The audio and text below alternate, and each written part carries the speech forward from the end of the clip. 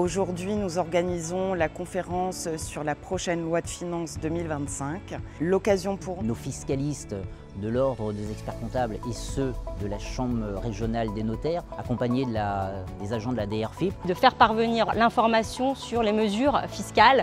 Nous pouvons estimer que les mesures qui vont être présentées sont celles qui seront applicables pour l'année 2025 et qui pourront être mises en application dans les prochains jours. Avec les dispositifs qui ont un petit peu évolué au cours de l'année 2024.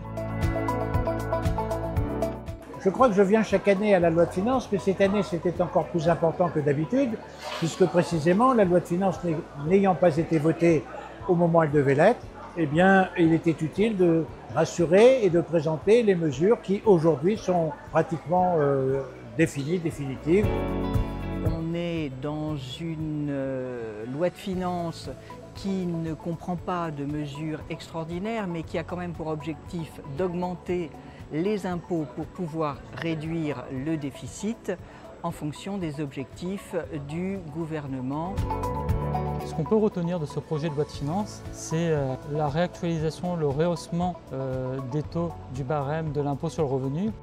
La remise en place de l'abattement de 100 000 € pour les donations de sommes d'argent pour acheter sa résidence principale. La mise en place de la contribution exceptionnelle sur les hauts revenus.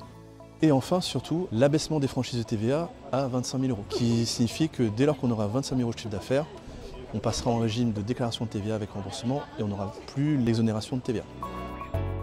Dans le contexte actuel, il est important d'aller voir son notaire et son expert comptable.